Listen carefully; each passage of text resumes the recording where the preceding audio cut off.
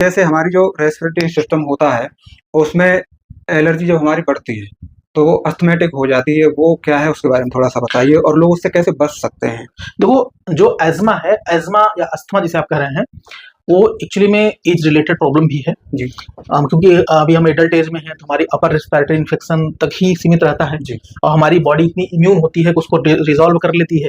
लेकिन जैसे-जैसे एज हमारा बढ़ता है, तो हमारी बॉडी की जो अलग सिस्टम है, वो इम्यूनिटी थोड़ी वीक होती है। वीक होने तो अपर रेस्पिरेटरी में लोअर तक लंग्स भी कमज़ोर हो जाते हैं। जी। लेसिंग प्रोसेस नहीं हो पाता है लंग्स का, मतलब जो भी डस्ट पार्टिकल आप बताओ, जी। हमारी पूरी बॉडी में, हमारे पूरे रेस्पिरेटरी सिस्टम में जी। कॉलमनर एपिथेलियम्स हैं, उसमें फ्लैजिलास लगे हुए हैं।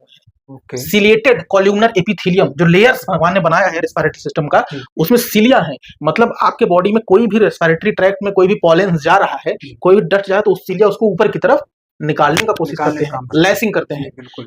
ये बॉडी का डिफेंस है। जी। अब जैसे ही एज बढ़ता है, तो जो सिलिया होते हैं वो डिस्टर्ब हो जाते हैं, तो जो हमारा जो एलर्जेंस है वो धीरे-धीरे फेफड़े में जाने लगता है जी। और फिर आगे इन्फेक्शन। और बहुत सारे कॉज होते हैं, बहुत सारे स्मोकिंग हो गया, कोई और भी बहुत सारे फैक्टर हैं, प्रीडिस्पोजिंग फैक्टर हैं एज़मा के लिए, रेस्पिरेटरी के लिए। जैसे कोई ऐसी जगह काम कर रहा है जहाँ बहुत धुआं है, या टेक्सटाइल इंडस्ट्री में काम कर रहा है, वहाँ की एलर्जी हो गई, या फिर कोई जैसे रुई की इंडस्ट्री में काम कर रहा है, कोई धुनाई पे काम कर रहा है, तो वो प्रीडिस्पोजिंग फैक्टर्स हो गए आपके। कोई कोयले की खदान में काम कर रहा है, कोल माइंस में कर रहा है, तो वो भी एक तरह का प्रीडिस्पोजिंग फैक्टर है। बड़ा ही खतरनाक बीमारी है, 15 साल लग जाता है, उसके बाद फिर पेशेंट की फेफड़े की स्थिति ऐसी हो जाती है, उसको कहते हैं सिलिकोसिस, जो स्टोन कटर होते हैं।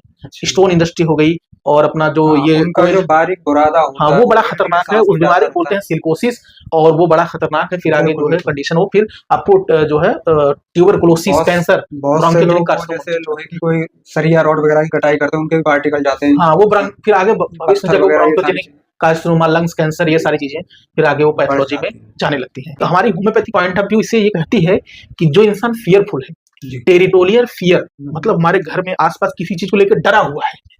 डरने का मतलब है कि कहीं उनकी डेथ ना हो जाए, कहीं हमारी मम्मी जी की बीमार ना पड़ जाए, कहीं मैं अकेला, ये भी एक तरह का डर है। बहुत सारी चीजें होती हैं जिन्हें लोग सोचते रहते हैं, जिसकी वजह से डिप्रेशन, एंजाइटी बने तो वो रहते हैं। फियर उनको फ्यूचर का रहता है, बहुत लोगों का फ्यूचर का। अपनी पूरी प्रैक्टिस में और मेंटल कॉन्फ्लिक्ट हम डिस्कस नहीं करना चाहिए, लेकिन मैं आपको बता दूं, ऐसे ही इंसान को रेस्पिरेटरी, सांस की प्रॉब्लम आती है, जो इंसान लाइफ में फियरफुल होता है।